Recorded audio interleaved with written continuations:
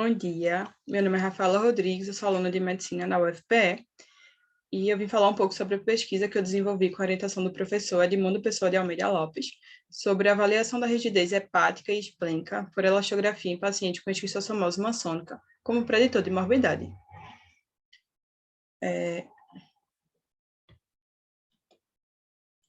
De objetivos, a gente tem o objetivo geral de predizer o padrão de fibrose periportal através da elastografia hepática e esplênica em pacientes com esquistossomose maçônica, tendo como padrão os achados ultrassonográficos.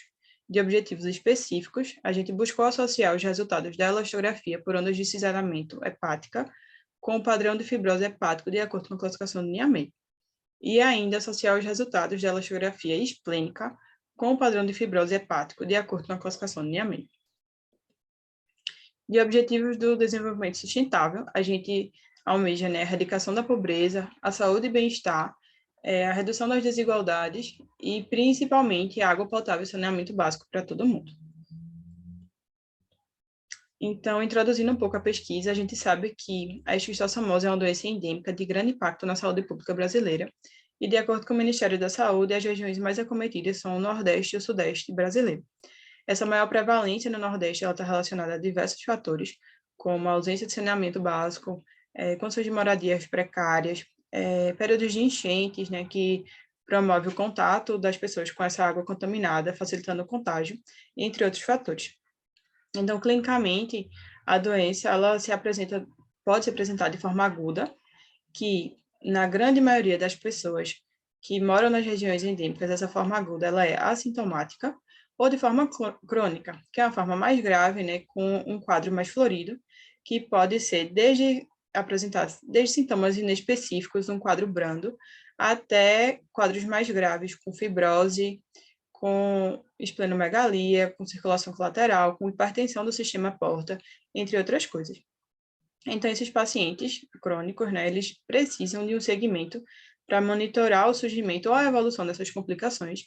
E, atualmente, o exame de escolha para fazer esse segmento é a ultrassonografia.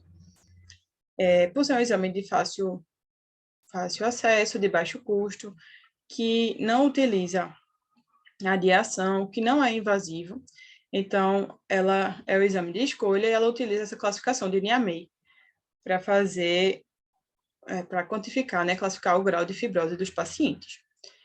Mas sabe-se também que a ultrassonografia, ela tem algumas limitações, que ela é um método operador dependente, né, que tem muita variação entre os observadores, e que nas regiões, principalmente nas regiões interioranas, tem um déficit de profissionais capacitados para fazer esse exame. Então, nesse contexto, nas últimas 2 décadas, uma nova técnica vem ganhando espaço, né, a elastografia por ondas de cisalhamento, por ser reprodutível, segura, ter uma boa acurácia, e ela é um método mais objetivo, né? Ela usa a velocidade da propagação da onda no tecido e relaciona esse valor numérico com o grau de fibrose do tecido. Como metodologia, esse estudo é um estudo transversal prospectivo, que foi desenvolvido no Ambulatório de Gastroenterologia do Hospital das Clínicas da Universidade Federal de Pernambuco, e a gente incluiu pacientes já com diagnóstico, né, de esquistossomose maçônica, maiores de 18 anos, e que já eram acompanhados no Ambulatório de Gastroenterologia do HC. Todos os pacientes realizaram a ultrassom com a avaliação da fibrose hepática pela classificação de NIAMEI e também a elastografia do fígado e do baço. A gente excluiu do estudo os pacientes com hepatites virais ou outras doenças hepáticas, os esplenectomizados, os resultados da elastografia com menos de 10 medidas válidas, a taxa de sucesso menor que 60% e a variabilidade das medidas superior a 30% para o baço e 15% para o fígado. Aqui a gente tem um pouco dos resultados, nós conseguimos um total de 17 pacientes. Então, na tabela 1, a gente tem o número de pacientes, de acordo com a classificação de NIAMEI. Dos 17 pacientes, 6 foram do padrão C, que é o padrão de fibrose periportal periférica. 3 foram padrão D, que é o padrão de fibrose periportal central. 3 também foram do padrão E, que é o padrão de fibrose periportal avançada, e apenas um foi o padrão F, que é o padrão de fibrose periportal muito avançada. Os outros padrões, D e C e E e F, são padrões mistos e tiveram 2 pacientes cada um. Na tabela 2, a gente tem as médias das medianas das velocidades das ondas de cinzelamento obtidas nas elastografias, tanto na hepática como na esplênica, dos 17 pacientes. Então, o que a gente observou foi que na elastografia hepática, a gente teve uma maior variação dos resultados, né, das médias das velocidades. O padrão C, ele ficou com uma média de velocidade de 1,46. O padrão D caiu para 1,25, voltou a subir no padrão E com 1,52 e aumentou mais ainda, aumentou novamente no padrão F com 1,86.